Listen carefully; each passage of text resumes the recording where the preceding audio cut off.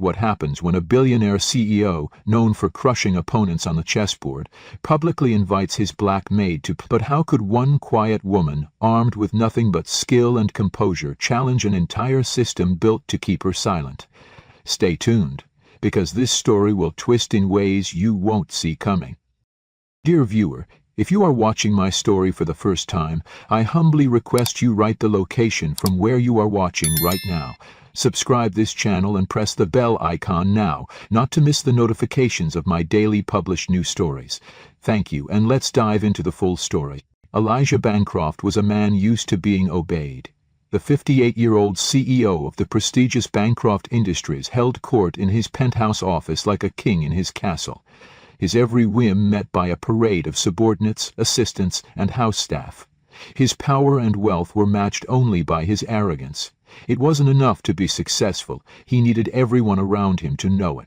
He'd built the company from his father's modest textile business into a billion-dollar conglomerate, and he wore that accomplishment like armor.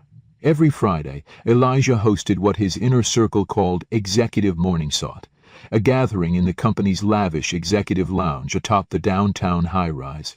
It was a ritual of cigars, aged scotch, leather chairs, and games, especially chess.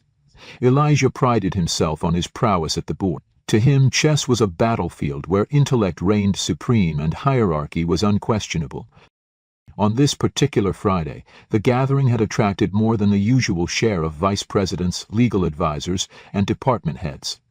Elijah was in an especially good mood, having just closed a major acquisition. His booming laugh echoed across the room as he regaled his peers with tales of boardroom victories.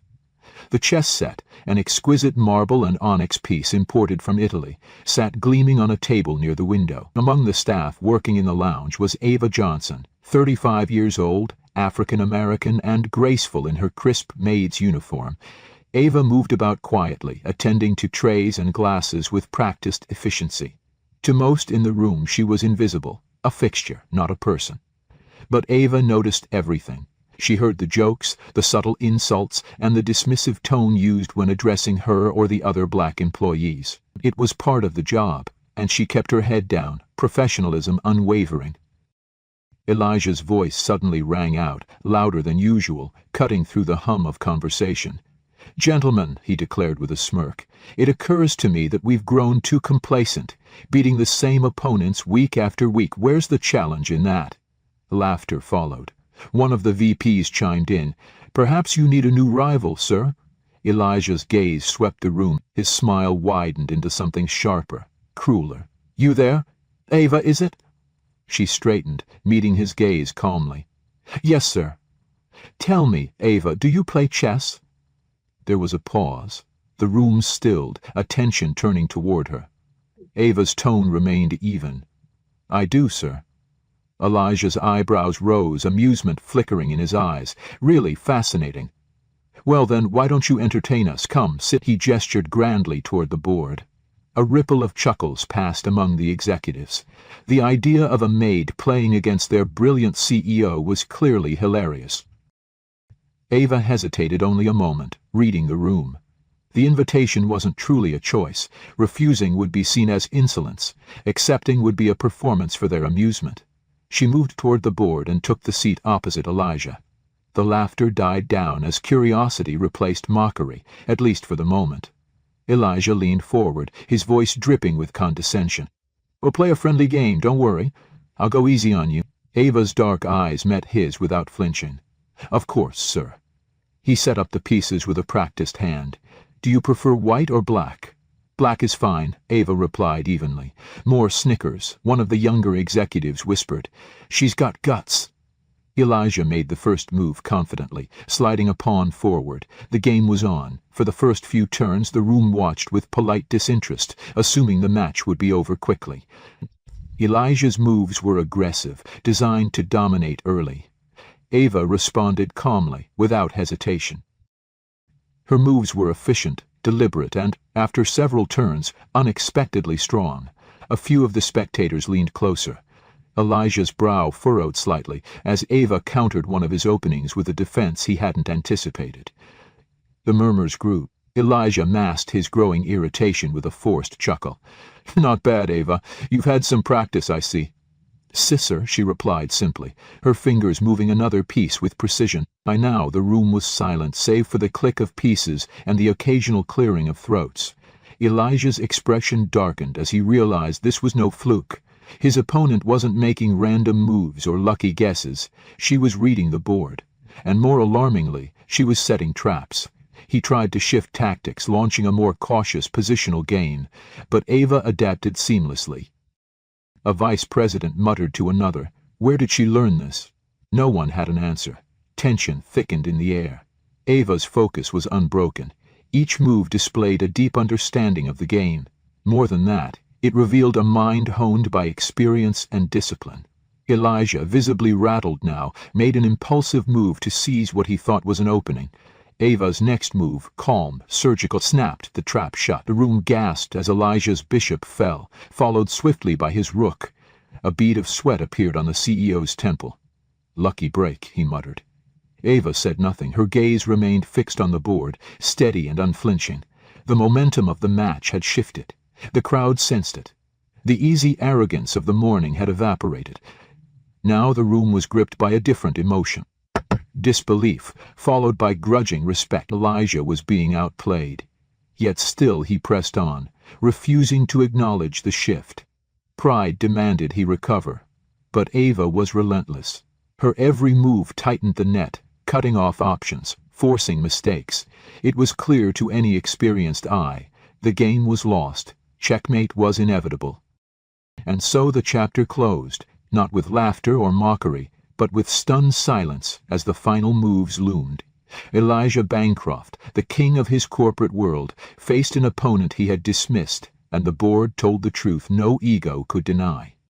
The lounge had grown so still that the tick of the antique grandfather clock in the corner seemed unnaturally loud. No one spoke. No one sipped their drinks. The executives stood frozen, eyes locked on the chessboard where an unthinkable drama was unfolding. Elijah Bancroft, the CEO whose strategic mind had bested boardrooms and brokers alike, now sat rigid in his leather chair, trapped in a match he could not control. Ava Johnson sat across from him, her expression composed. The murmurs and laughter that had greeted her arrival at the board were long gone. She reached out and calmly advanced her knight. Another of Elijah's pawns fell, another path to recovery closed. He forced his next move, stiff fingers brushing the piece into place. He barely glanced at Ava now, his face flushed. This wasn't supposed to happen. This wasn't allowed to happen. To be toyed with in front of his peers? By the maid? The very idea curdled his pride. From the far side of the room, one of the senior executives shifted uneasily. Kenneth Wolfe, the CFO, cleared his throat. "Sir, perhaps we should—" Elijah cut him off with a sharp glare. "I know what I'm doing, but the board said otherwise. Ava's pieces held dominant positions. The CEO's remaining options dwindled with each turn. Though the onlookers pretended otherwise, every one of them understood the reality. Elijah Bancroft, the master tactician, was losing. Ava, for her part, showed neither smugness nor glee. She simply played. Her focus remained locked on the board, her movements precise. She wasn't here for their approval. She wasn't here to humiliate anyone. But she would finish the game, and she would finish it properly. As she moved her queen into a threatening line, a low whisper ran through the group of vice presidents. "How is she this good?" one murmured. "Who is she?" No one answered. Few among them had ever bothered to learn anything about Ava Johnson. To them, she had been background part of the staff who kept the executive spaces pristine. Yet now she was revealing a side none of them had imagined. Elijah's breath had grown audible. He made another move, almost mechanical now. Ava countered effortlessly. Her tempo remained steady, as if she'd been playing at this level her whole life, and indeed she had. But none of these men knew that. They didn't know that in her younger years, Ava had spent countless hours at her grandfather's side in the old community center, learning the game not from books or computers, but from a seasoned street player who had once dominated underground chess circles. They didn't know that even now she played online tournaments under an anonymous handle, earning quiet victories when time allowed. No Izeme had assumed. They had dismissed her, and now they watched helplessly as the board dismantled their illusions. Elijah forced another pawn forward. It was desperate, weak. Ava responded with the calm placement of her bishop. Check. The word didn't need to be spoken. It hung in the air, as palpable as the tension in the room. Elijah's mouth twitched, but logic had no mercy. The king had only one legal move. Elijah pushed it forward. Ava's next move was swift. Her queen glided across the marble with finality. "Checkmate," she said softly. The words landed like a thunderclap. For several long seconds no one reacted. Then Kenneth Wolfe exhaled heavily and murmured, "Good Lord." Elijah sat frozen, eyes glued to the board. His face was crimson. Pride warred with reality in his expression. Around him the other executives looked away awkwardly. None dared meet his gaze. It was a public defeat, undeniable. Ava rose smoothly from her chair and stepped back. "Thank you for the game, sir," she said, her voice calm, respectful, yet unbowed. Elijah's hands gripped the arms of his chair. His knuckles whitened. He did not reply. The silence was unbearable. It was Kenneth who finally broke it. "Gentlemen, perhaps we should return to our meetings." One by one the executives drifted away, murmuring excuses, leaving Elijah and Ava near the board. The humiliation hung heavy in the air. Elijah finally looked up at her, his eyes cold. "Where did you learn to play like that?" he asked, the edge of resentment unmistakable. Ava met his gaze evenly. "I've always enjoyed the game, sir." It was the only answer she gave. Without further comment she turned and resumed her duties, leaving Elijah alone with the ruined board. Word of what had happened spread through the building before the hour was out. By midday the entire office buzzed with quiet talk of the maid who had beaten the CEO at his own game. In the break rooms and hallways, employees who had never paid Ava a second thought now looked at her with new curiosity and a measure of respect, but not all were pleased. In certain corners of the executive suite resentment brewed. Some whispered that she had embarrassed the boss, that such insolence shouldn't be tolerated. For Elijah Bancroft, the humiliation was personal. His carefully cultivated image had been bruised, and in front of witnesses. And though he told himself it was just a game, a harmless bit of sport gone wrong, the sting of defeat burned deep. Pride demanded an answer, and he would have one. As the day ended and the skyline turned gold beyond the tall windows, Elijah sat in his office, staring at the chess set now boxed away in the corner. His mind churned with plans, not of strategy on the board, but of restoring his dominance in the eyes of his empire. A maid had bested him. It was an offense he would not forget, and in the days ahead, the tension that had begun with a simple invitation would only grow. By Monday morning, the atmosphere at Bancroft Industries had shifted in ways both subtle and stark. The events of Friday's chess match had traveled through the building like wildfire. It wasn't only the executives who knew. By now, secretaries, junior associates, even maintenance staff were whispering about what had transpired in the executive lounge. The tale had grown in each retelling. Some said Ava had wiped the floor with Elijah in under 20 moves. Others claimed he hadn't even realized he was losing until it was too late. The one fact that no one disputed? The CEO had been soundly defeated by the company's maid and in full view of his peers. For Ava, the change was palpable the moment she entered the building. People who had previously overlooked her now gave her curious, lingering glances. Some nodded politely. A few, especially among the younger employees, offered her a quiet "Good morning, Ms. Johnson," with a respect that hadn't been there before. It wasn't admiration for just a game. It was recognition of a moment where an unacknowledged person had stood equal to power, even superior to it, without apology. Still, not everyone shared that sentiment. Upstairs, in the executive offices, the mood was darker. Elijah had said little about the match since that morning, but his silence was heavy. Kenneth Wolfe and a few of the other senior leaders gathered privately that afternoon. "It's embarrassing," muttered William Pratt, the head of legal. "Clients will hear about it. It makes us look foolish." Kenneth, more pragmatic, replied, "It was a chess game. Let's not turn it into more than it was." But William wasn't done. "Woman, she embarrassed Mr. Bancroft in front of everyone. And now people are talking as if she's some genius. She's a maid, Kenneth. She's staff. She should know her place." "Careful," Kenneth warned. "Talk like that will only make it worse." But resentment was already festering. Among those who tied their fortunes to Elijah's ego, Ava's quiet victory felt like an affront not only to him, but to the unspoken order of things. Meanwhile, Elijah himself stewed in silence. He replayed the game over and over in his mind. How had he missed the signs? How had she, Maid, someone beneath his notice, outmaneuvered him so completely? He'd built an empire on intellect, on control. Losing that control, even in a game cut deeper than he cared to admit. Worse still, he could sense the shift in his employees. Their deference was unchanged, but their eyes held something new. Curiosity, perhaps even doubt.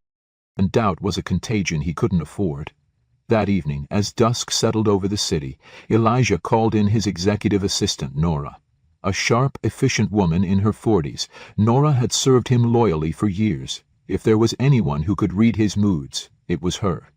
"Nora," Elijah said without preamble. "That woman. The maid. Ava Johnson. I want a full report." Nora blinked. "Sir, you heard me. Background, employment history, everything," quietly. She hesitated only a moment. "Yes, sir." As she left to carry out the order, Elijah poured himself a glass of scotch and stood at the window. His reflection stared back at him in the glass, a powerful man whose authority had been shaken. That could not stand. Elsewhere in the building, Ava finished her shift as usual. She hadn't changed her routine, hadn't spoken of the match, and had no intention of fueling gossip. To her, the game had been what it was. An invitation issued, a contest played fairly, nothing more. But even she could sense the ripple effect. Conversations stopped when she entered certain rooms. Eyes followed her in the hallways. She carried herself, as always, professional, composed, but inwardly she understood what had begun. And she knew that in a place like Bancroft Industries, such moments rarely passed unnoticed, nor did they go without consequence. By week's end, the first sign of that consequence arrived. One of the senior HR managers, Michael Trent, approached her in the service hallway. "Miss Johnson," he said, smiling thinly. "A word?" She nodded. "Of course." Michael adjusted his tie. "It's come to our attention that certain incidents last week have stirred unnecessary conversation. While no fault lies with you, of course, we'd like to discourage distractions among staff. Management would prefer if we all moved on quickly." Ava regarded him calmly. "Understood." Michael hesitated, as if expecting more. When Ava offered nothing, he nodded and walked away, visibly uncomfortable. So, this was how it would begin. Quiet pressure, soft warnings. The first moves in a different sort of game. Ava had seen it before, in other places, in other forms. Success from the wrong person invited resistance, but she would not yield to it. As the weekend approached, the undercurrents grew. Elijah waited, Nora worked behind the scenes, and Ava prepared for what she sensed was coming. Not a chess match this time, but a more dangerous contest, one of pride, power, and unspoken rules. Elijah Bancroft's private office had never felt so cold. The towering glass windows looked out over the city skyline, but no view could distract him from the thoughts gnawing at his pride. The report Nora had assembled now lay open on his desk, a neatly typed dossier on Ava Johnson. There was no scandal to be found. Her work record was spotless. Hired 7 years ago, punctual, professional, and respected among her peers. No complaints, no infractions. But it was the personal details that intrigued him most. An associate's degree in literature from a community college, volunteer work at the East Side Community Center, and then a note buried in the final page. Multiple online chess tournament wins under the username Queen Noir. Elijah's jaw tightened. She hadn't been some novice who got lucky. She had played him brilliantly. Worse still, she had done so without arrogance, without boasting. That only deepened the sting. It made the loss feel earned. He pushed the report aside and summoned Nora. "Quietly spread the word," he instructed. "No more chess games during executive mornings. I won't have the staff treating this as a circus." "Yes, sir." "And the maid. Keep an eye on her. If she steps out of line, even once, I want to know." Nora nodded and left to carry out his orders. Across the building, Ava remained outwardly unaffected. She moved through her duties with the same professionalism as always. But she noticed the shift. Small things at first. Conversations would halt as she entered a room. Certain executives who had once ignored her now watched her with thinly veiled resentment. By midweek, the tension escalated. During her usual round in the executive lounge, Ava was stopped by William Pratt. He stood by the marble chessboard, now conspicuously boxed and tucked into a cabinet.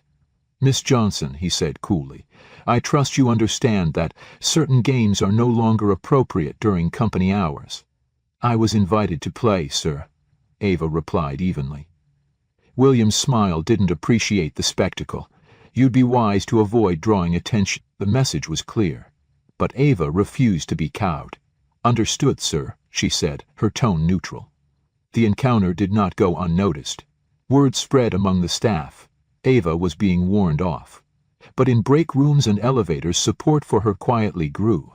Among the janitors, clerks, and younger associates, many of whom were black or from marginalized backgrounds, a Monet's movement, someone had shown that even in this towering edifice of privilege, a simple maid could outthink the top. And not all the executives shared Elijah's bitterness. Kenneth Wolfe, the CFO, found himself thinking often of the game. He respected intellect, regardless of source, and what Ava had displayed that day was nothing short of brilliant. In an unguarded moment, he remarked to his assistant, "It's a shame. If she weren't a maid, she'd make a hell of a strategist." But in the uppermost circles of the company, such views were unwelcome. Elijah's pride had been wounded, and that meant the lines had been drawn. Late Thursday evening, a new challenge emerged. Ava was summoned unexpectedly to the HR floor. Michael Trent greeted her with a bland smile. "Ms. Johnson, we're conducting a routine review of service staff performance. Nothing to worry about." She followed him into a small conference room. Inside waited two HR managers, clipboards in hand. The questions began, about her duties, her interactions with executives, whether she had ever overstepped her role. It was a fishing expedition. They wanted her to slip, to admit to some impropriety. But Ava remained calm, her answers measured. "No, I have never initiated conversation with executives beyond professional necessity. Yes, I was asked to sit for the chess game by Mr. Bancroft himself, and all. I have not discussed the game with others." After an hour, they found no ground to act, but the message was clear. She was being watched. When she left the room, Ava allowed herself a small breath. The game had changed. It was no longer about chess. It was about power. She traced the edges of the pieces, thinking. This wasn't the first time she had faced such resistance. Her grandfather's lessons echoed in her mind. A strong player watches not just the board, but the people around it. Pride blinds kings, child, remember that.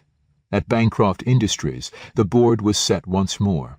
But this time the pieces were people, and the stakes far higher. By the week's end, another storm was coming.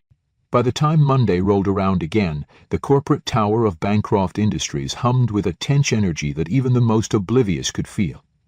The incident from the previous Friday had not faded quietly as Elijah Bancroft had hoped. If anything, it had grown into an undercurrent that pulsed through every floor, from the glossy boardrooms to the basement service corridors. No one said it openly, but the match had changed the dynamics inside the company. Elijah Johnson's quiet brilliance had shifted perceptions. Among the rank and file, there was a growing sense that the hierarchy wasn't as untouchable as it appeared, and among the executive suite, resentment festered. To some, her victory had been a harmless curiosity. To others, a direct challenge to the order of things. Elijah, in particular, could not let it go. No amount of scotch or distraction soothed the sting. His mind circled one central truth. He had lost control of the narrative, and worse, to someone he'd never even considered worthy of a second glance. He summoned Nora again. "I want a new plan," he ordered. "This cannot be allowed to stand. We must reassert order." "A promotion event," Elijah said after a long pause. "An internal competition, a strategy workshop for upper-level staff, public, well-attended. I'll oversee it personally, and will make it clear who is master of strategy in this company." He didn't have to say the rest. Ava would be excluded. The message would be sent. The hierarchy would be restored. Nora nodded. "I'll arrange it." By midweek, flyers went out across the building. Bancroft Executive Strategy Challenge, hosted by CEO Elijah Bancroft. Open to senior managers and invited staff. Friday, 10 a.m. Executive Lounge. The rules were vague, but hinted at competitive exercises, logic puzzles, and, of course, a chess component. It was, on the surface, a benign professional development event, but those who understood the company's culture read between the lines. It was about power, and about correcting the embarrassment of the week before. Ava heard about it through whispers in the break room. Clara, one of the admin assistants she'd long known, leaned in and whispered, "You know they're doing this because of you." Ava gave a small smile. Let them. But inside, she weighed her next move carefully. In games like this, pushing too soon could backfire. She needed to see the board more clearly. That night, back at her apartment, she reviewed her online chess matches. Her mind wasn't on the screen, though. It was on the company, on Elijah's mounting pride, on the subtle shifts in the staff's behavior. The pieces were moving. Meanwhile, on the upper floors, Nora finished finalizing the guest list. As instructed, no service staff were invited, but Kenneth Wolfe, ever curious, noticed. "Nora," he asked quietly, "why is Miss Johnson not on this list?" Nora hesitated. "Per the CEO's preference, the event is for management only." Kenneth's eyes narrowed. "That wasn't a preference last week when she was invited to play."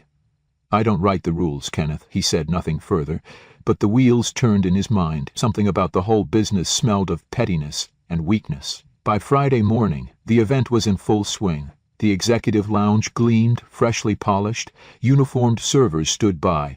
A few junior managers hovered nervously in corners while senior staff lounged confidently near Elijah. At precisely 10 o'clock, Elijah entered, flanked by William Pratt and a few others.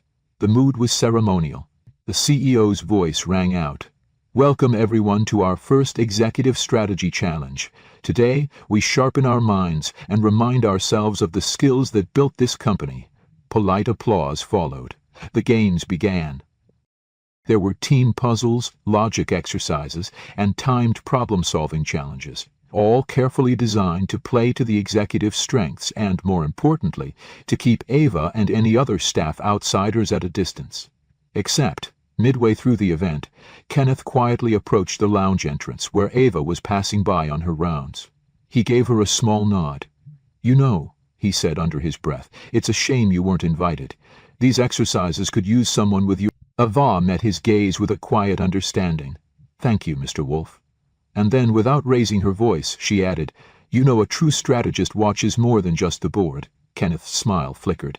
"Indeed." He returned inside. The phrase stayed with him. As the morning progressed, Elijah worked hard to dominate each challenge. He corrected subordinates sharply, made showy moves during the chess portion, and delivered smug commentary. The executives humored him, but an edge of tension remained. And then came the final segment, a live blitz chess match between the top two performers, Elijah, of course, and William Pratt. The board was brought out, the room gathered to watch, and near the doorway, unnoticed by most, Ava stood quietly, tray in hand, observing. The match began. Elijah played aggressively, seeking to reclaim his aura of mastery. But after 10 minutes, a small cough interrupted. The young associate, newly promoted, had been whispering to a colleague. But she would have beaten them both. Elijah's eyes flashed. He slammed a pawn down harder than necessary. For the rest of the game, his moves grew more forceful, more erratic. The ghost of Ava's quiet victory hummed over the room like a shadow. When the match ended with a narrow win for Elijah, the applause was thin. The energy in the room was muted. He knew it. They all knew it.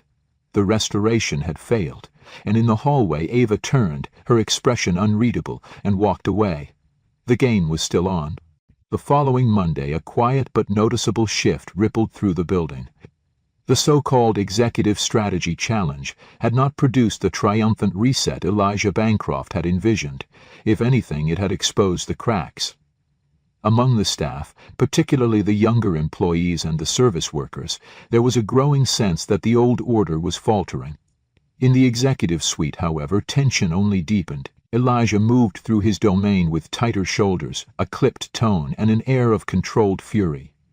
His frustration was not only at Ava Johnson herself, but at the fact that the incident would not fade. Too many whispers, too many curious glances lingered in the wake of that match. Most infuriating of all, Ava had done nothing since then to provoke further attention. No boasting, no gossip. She performed her duties with the same calm professionalism, never inviting trouble, never speaking of that day. Her restraint in some ways was more galling than open defiance would have been. Elijah spent long hours in his office, mind turning over schemes. His pride would not allow him to leave the matter unfinished. He would find a way to put her back in her place, or force her out. It was William Pratt who first suggested a new angle. Over brandy in the lounge one evening, he said, "If the staff see her as some sort of hero, it's because she remains untouched, invincible. What if that image were complicated?" Elijah raised an eyebrow. "Explain." William leaned in. "We can't fire her, not without cause, but perhaps a subtle reassignment, move her to a less visible post, or assign her tasks beneath her skill, gradually push her out." Elijah considered this. A slow, quiet strategy, one that would reassert dominance without scandal. "Do it," he ordered. Within days, new instructions filtered down. Ava was assigned double shifts on the lower floors, storage rooms, supply closets, and janitorial oversight. Tasks are typically given to the least senior staff. The message was clear. Michael Trent from HR called her in again. "It's a simple adjustment, Ms. Johnson," he said smoothly. "Temporary, of course. We're rebalancing duties." Ava listened without outward reaction. She understood the play immediately. When the meeting ended, Clara found her in the service corridor. "They're trying to bury you," she whispered, eyes wide.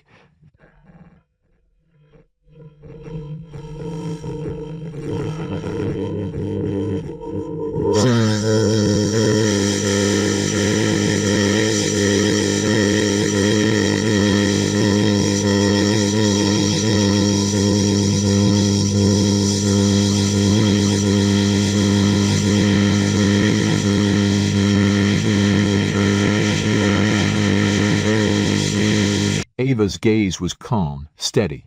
"Sometimes the best move is to let the other side overreach," she reported to her new duties without complaint. The lower floors were quiet, far from the polished halls of power. But Ava was not idle. She listened, she watched, and soon patterns emerged. Certain executives had begun questioning Elijah's fixation. Kenneth Wolfe, notably, had expressed concerns to other managers. More importantly, the staff, the overlooked foundation of the company, had begun to talk openly. Ava's composure had only elevated her standing among them. The more management pushed her down, the more respect she earned in return. The tension reached a peak one Thursday afternoon. An unexpected email went out from Kenneth Wolfe's office. "All staff logic and strategy workshop. Open invitation. Friday, 3 p.m. company auditorium." Unlike Elijah's carefully controlled event, this was inclusive, open to anyone, regardless of title or rank. The staff buzzed with excitement. Clara rushed to tell Ava, "You have to go." Ava nodded slowly. "If I'm invited by Friday," for the first time in memory, a company event would place all employees on an equal footing. Executives, managers, clerks, janitors. Elijah was furious when he learned of it, but Kenneth had moved swiftly, securing board approval. Blocking the event now would look petty and weak. That afternoon, the company auditorium filled. Rows of chairs were packed with every level of staff. Kenneth welcomed the crowd, emphasizing teamwork and intellect across all ranks. The final event, a live teen chess challenge projected on the big screen.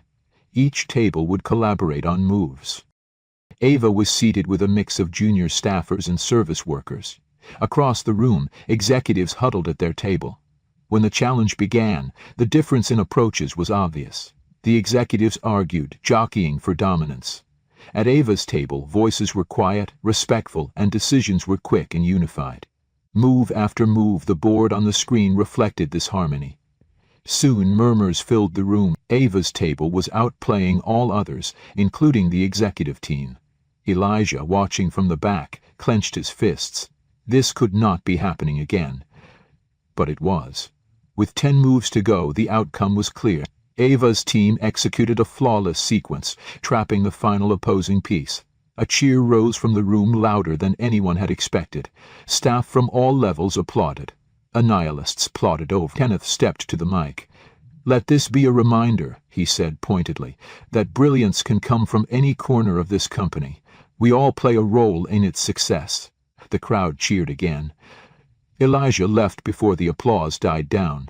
The board had shifted once more. Over the next week, the aftershocks of the Open Strategy Workshop spread wider than anyone had anticipated.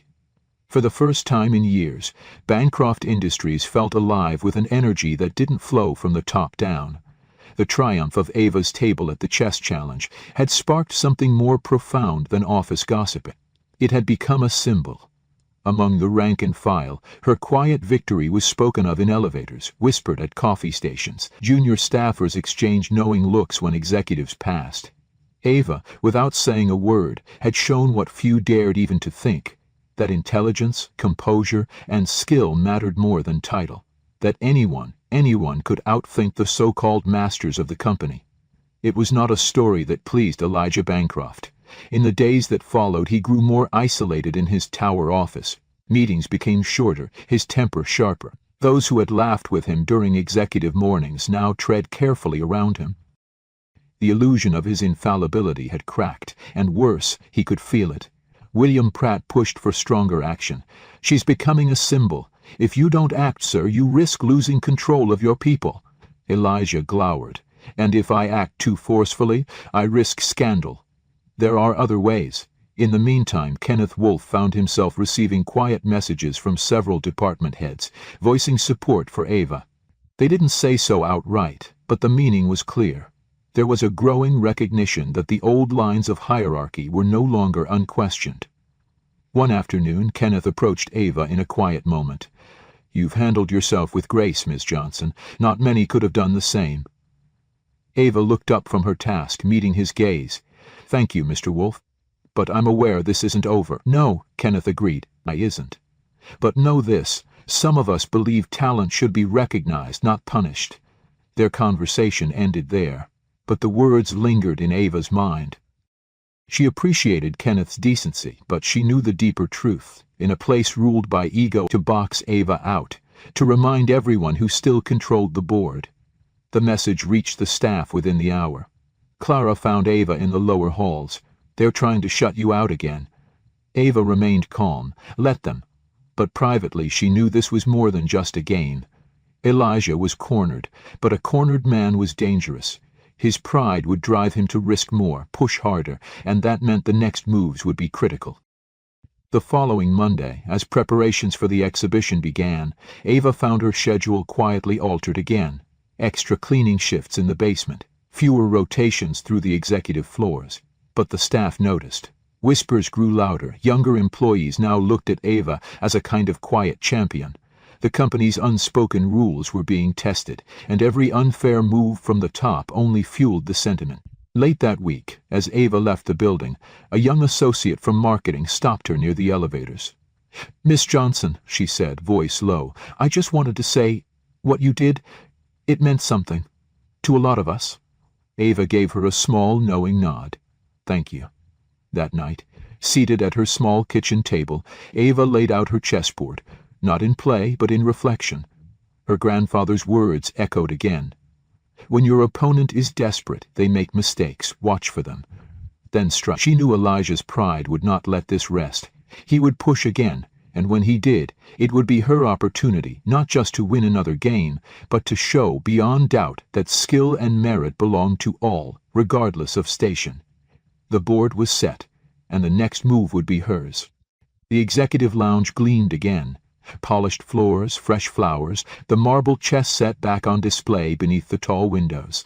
It was as though the previous month's events had never happened, or so Elijah Bancroft wanted everyone to believe.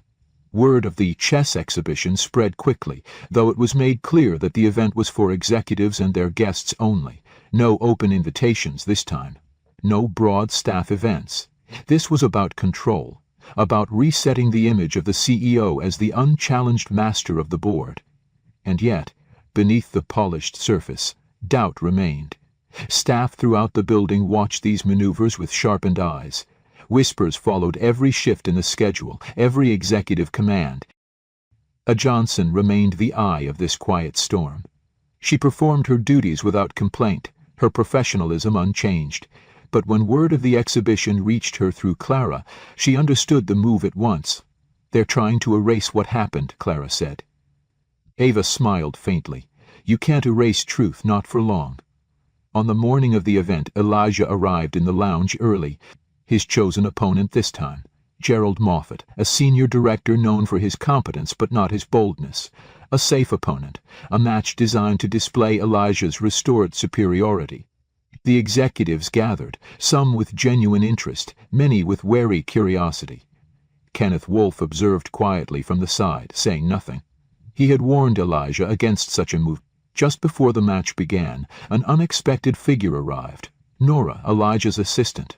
In her hand a sealed envelope. Without a word she handed it to her boss. Elijah opened it with a scowl. Inside, a simple note, written in a steady, elegant hand. If the board is truly open, then let it be open. Elijah's face darkened. He crumpled the note and handed it back. She will not dictate terms to me. Nora, professional as always, said nothing, but Kenneth had seen, and so had several other executives nearby. The match began.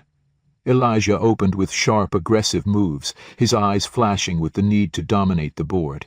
He played for the room, narrating his moves, punctuating them with commentary, but beneath the showmanship an undercurrent of strain ran through him. Every pawn he advanced felt like a gesture of defiance, not against Gerald Moffat, but against the shadow of the one opponent who wasn't present.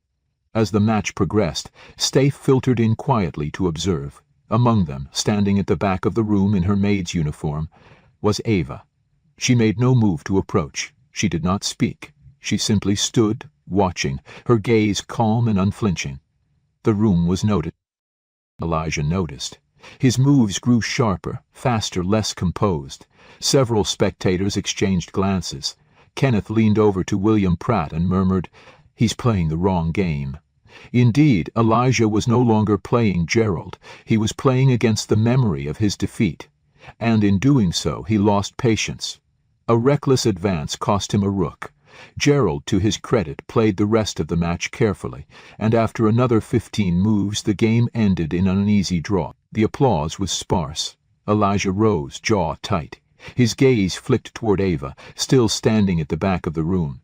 For a long, tense moment the two locked eyes. Then, against expectation, perhaps even against his instinct, Elijah spoke. "Miss Johnson," he called across the room, voice cutting through the murmurs, "since you've taken an interest, care to sit for a match?" A hush fell. Everyone in the lounge froze. No one had expected him to say it, not after all that had happened. Ava stepped forward slowly. Her voice, when she spoke, was steady and even. "If the invitation is genuine, sir, I will accept." Elijah gestured to the board. "Then let's begin." There it was. The moment. Staff whispered in the corners. Executives watched with a mixture of dread and anticipation. Clara, from the service entrance, peeked inside. Her breath caught. Kenneth leaned back, eyes narrowing. "This will not go as he expects," he thought. Ava removed her gloves and took her seat opposite the CEO. She made no show of it, no ceremony, simply readiness. Elijah opened with an aggressive gambit, seeking to unsettle her early. Ava responded calmly. Her counters were clean, deliberate. Elijah pressed harder. His moves turned sharp, increasingly forced. But Ava adapted seamlessly. Her pieces moved with quiet authority, weaving traps and closing gaps. 15 moves in another gasp. Elijah's queen was trapped, forced into an exchange that left Ava at a clear advantage. Beads of sweat dotted Elijah's brow. The room was stone silent now. No shifting chairs, no whispered side comments. Kenneth exchanged a glance with Nora, who stood pale and still. Elijah's pride would not let him yield. He fought on, scraping for openings, but Ava allowed no quarter. At move 23, check. At move 25, the check again. At move 28, the inevitable checkmate. The room exhaled as one. Elijah sat frozen, eyes locked on the board. His face was ashen. Ava stood slowly. She inclined her head. "Thank you for the game, sir." Without waiting for a response, she turned and left the lounge. For a long moment, no one spoke. Then Kenneth's voice, quiet but firm. "Well, some lessons bear repeating." The lounge emptied in silence. No cheers, no false applause. The board had spoken, and this time no one could pretend otherwise. By the next morning, news of the rematch had swept through Bancroft Industries. The Maid had beaten the CEO again, and this time in an official event witnessed by senior executives, managers, and staff alike. No one could spin it, no one could hide it. The mood in the building shifted sharply. Among the general staff there was quiet exhilaration. Ava Johnson's name was spoken with newfound respect, sometimes even reverence. Her calm, measured conduct had struck a deeper chord than anyone had expected. She had shown that dignity, intelligence, and composure could hold their own against arrogance and title. For the executives, the mood was far more grim. Many gathered in whispered meetings, wondering how far this would go. Elijah Bancroft's power had long rested on the unspoken understanding that he was not to be challenged, not in the boardroom, not on the floor, not even at a game table. But that illusion was now cracked, exposed for all to see. Elijah himself was a man unraveling. He spent most of Monday locked in his office, the blinds drawn. Meetings were cancelled, calls went unanswered. He could feel it, how the staff now looked at him differently. Even his vice presidents carried an awkward stiffness in their greetings. His authority, once ironclad, had begun to erode. Nora watched with growing concern. After years of loyal service, she had never seen the CEO so shaken, but she also knew there was no repairing the image now. The message was naked now, an attempt to bury her, to punish her. But the staff noticed. Oh, they noticed, and among the growing number of employees who admired her, the move sparked indignation. "You hear what they did to Miss Johnson?" one clerk whispered to another. "It's disgusting. After what she did, she beat him fair and square." Even some department heads began to murmur doubts. Kenneth Wolf heard it first. "We can't run a company this way," one manager told him. "It's petty. It makes us look small." Kenneth agreed, and he began to think about a different future for the company, one not ruled by the fragile pride of a single man. As for Ava, she reported to her new duties without complaint. The sub-basement was cold, dimly lit, and filled with old records and equipment. But Ava had learned long ago that strength was not in resisting the push. It was in choosing the right moment to stand again, and that moment was coming. Late one evening, as she finished her shift, Clara found her near the freight elevator. "This isn't right," Clara said softly. "They can't just do this to you." Ava's gaze was steady. "They're showing their hand." "What do you mean?" Ava set down her cleaning cloth and faced her friend. "When a player grows desperate, they sacrifice the wrong pieces, they lash out, and in doing so they open themselves." The next day, Kenneth made his move. He called a closed-door meeting of key department heads and board members, not in the executive lounge, but in the main conference room where records would be kept.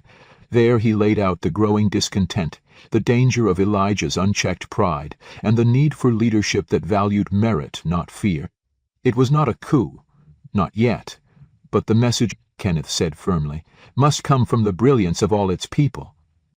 And if that brilliance is punished, we all suffer. There was no dissent in the room. Meanwhile, across the building, staff began to act on their own. An anonymous email circulated among employees. "We all saw what happened. We all know who earned our respect. Silencing talent is no strategy at all." Support for Ava swelled quietly but unmistakably. By Friday, Kenneth sent a simple message to Elijah's office. "CEO Bancroft, the board requests a full leadership review, effective immediately. Kenneth Wolf, CFO." The board had seen enough. The company could no longer afford a leader ruled by wounded pride. That afternoon, in a small act of quiet defiance, several employees sent Ava notes of thanks and encouragement. Unsigned but sincere, and in the sub-basement, Ava read them with a small, knowing smile. She had made her moves. Now the board would speak. The following week dawned gray and heavy over the towering glass spire of Bancroft Industries. But inside, a different kind of storm was brewing, one that no one could ignore. The board's leadership review had been scheduled for Wednesday morning. Word of it had leaked almost immediately. Staff across the building buzzed with quiet conversation. Even senior executives moved with caution, uncertain what would come next. Elijah Bancroft's inner circle was fracturing. Some clung to loyalty, others distanced themselves, unwilling to be dragged down by a sinking ship. Nora moved through the halls with her usual efficiency, but even she could see the change in atmosphere. Kenneth Wolf had marshaled his allies carefully. This was no rebellion of emotion. It was a strategic move backed by facts. Falling staff morale, rising turnover threats, damaged reputation, and a CEO unable to manage his pride. By the time the board convened in the top-floor conference room, the stakes were clear to all. Ava Johnson, meanwhile, remained in her assigned post in the sub-basement. She had received no formal notice of the review, no invitation, but she didn't need one. She knew the board better than they realized, and as her grandfather had taught her, in the end, the strongest piece is the one they... Elijah entered last, face drawn, jaw set. He opened with a long speech, half defense, half defiance. He painted Ava's victories as distractions, his moves as efforts to maintain order. But the board wasn't buying it, not this time.